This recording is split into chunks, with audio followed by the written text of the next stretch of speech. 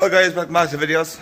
Before we go any further, we'll try something different now. At the start of the video I'm going to ask if you can subscribe to the channel and help me out a bit. I've reached 500 subscribers, a bit over I think.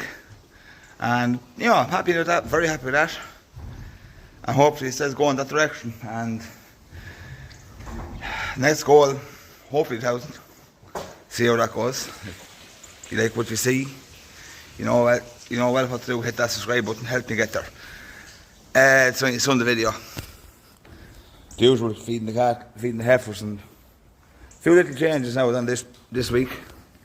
The last video was the last one. I don't know if it was the last video or not, but I was saying about shed across the way here, going to get ready for calves, and we're working on it this week, and just bring you over here now and show you it. So guys, as you can see there now, this is the feeding yard. That's the, don't know how well you can see behind the tractor. That's the shed there where I had the Jersey calves in the end up. And this here is the shed I'm going to rear the calves in this year. And get it clean out there yesterday. Well, it's a bit of a gravel yard around the front of it, it's fenced off. But yeah, this is the plan for this year. At the minute I'm going to kind of split the way I'm doing it this year. Going to do 4 calves in the autumn, go 5 or 6 in the spring. We'll maybe go to 5 in the autumn, we'll see how it goes. But went into Grennan's there yesterday in Moat. I got these hurdle gates. And as you can see, you kind of made up grand little pen here. There's no messing around chaining up gates or tying them with twine. Like I have a 10-foot hurdle gate here, go from that corner out to here. There's a 6-foot here and a 4-foot there. And the reason why I've done it that way is for ease of access. I could have put a 10-foot here, but you can open this gate, walk in, close the back around. Like, yeah, it does need a small bit of work. I want to drill these brackets to the wall and the whole lot to get that very secure. But yeah, this is yeah, the light there needs to be fixed. Wondering why it wasn't working the other day, and you can see the bulbs, they're not intact. That bulb should be the full length of it, but they're kind of broke.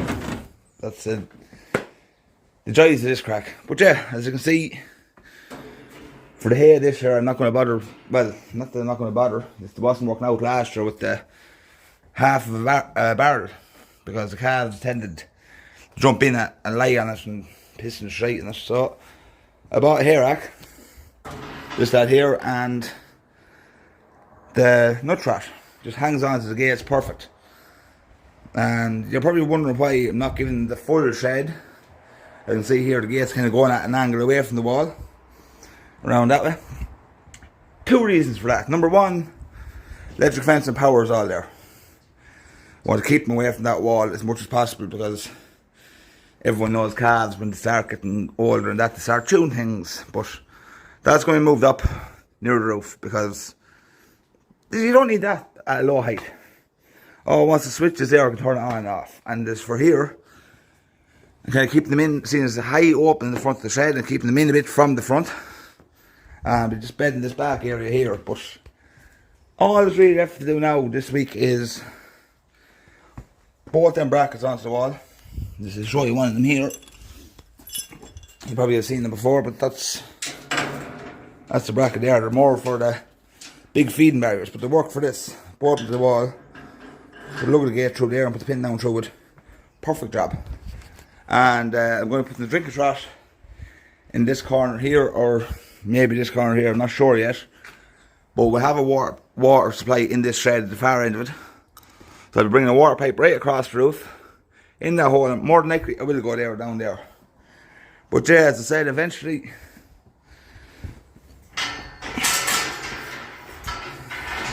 this little yard here, you can see there's gravel underneath it. I got a digger in here last week to clear it up. Eventually that's going to be concrete, and it'll make a big difference. Like, it's grand as it is, but there's going to be nothing walking in and out here, only me with buckets of milk and that. But see, it's a grand handy shed there, and that's where a couple of calves are going to be for the winter. Also, while I was in Granny's yesterday, I was just looking around. You know yourselves, kid in the toy shop comes to mind. A few things I've seen there now, and I said, sure, might as well get them when I'm here. One bit of equipment now that's very beneficial for the farm, and something that's been threatened. I had one, and big and bulky, just awkward for getting around. If you wanted to bring it out anywhere, you just drag it around the place. It was heavy. And the other now is part of, well, I wouldn't say part, it's one of two things I'm getting. And I have one part got, and the second bit now hopefully will be this week. But yeah, I'm going to turn around the camera and show you what I'm after purchasing. Yeah, it's a welder. It's not really an unboxing, guys, because I had it out of the box already, checking it, and yeah, it's a nice, handy, small bit of kit. That's it there. As you can see, the plastic is still on it, and you know what, I'm going to, like, it's very simple. It's actually set up to be a TIG welder as well as a rod welder.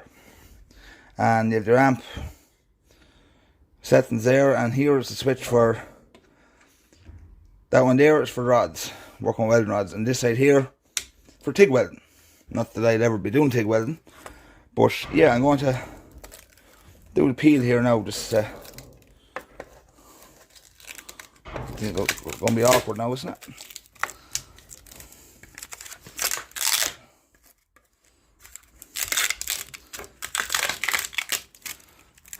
Like, it seems to be a good well-built welder, and I will be trying out, well, using it this week. There's no such thing as trying out here. Got, you know, a farm and you get something. It's to use straight away and not to be left in the box and look all shiny. But what really impressed me with this welder, and a lot of you that has welders will understand what I'm saying. Number one, good strong heavy cables. And number two, the clamp for holding the rods. A lot of these and a lot of the welders are weak, but this, I can tell you now, is not. It's made with a real hard Bakelite plastic as such, and the spring in it, it takes a fair bit of force to open that clamp. And the earth clamp as well is, look, that's a good strong solid earth clamp too. So that's the welder. It's, look, you're going to see a video of it being used. The next bit of kit I bought as well,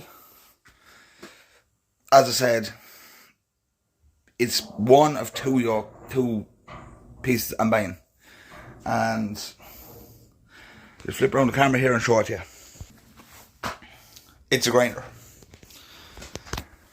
It's only a 4.5 inch grinder, but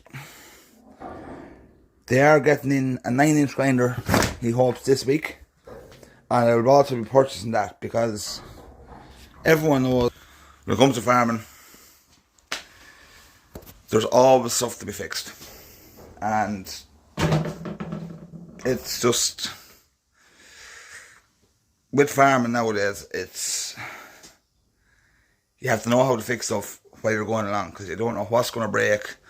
And with the winter time, you can't afford really have downtime in the winter as much.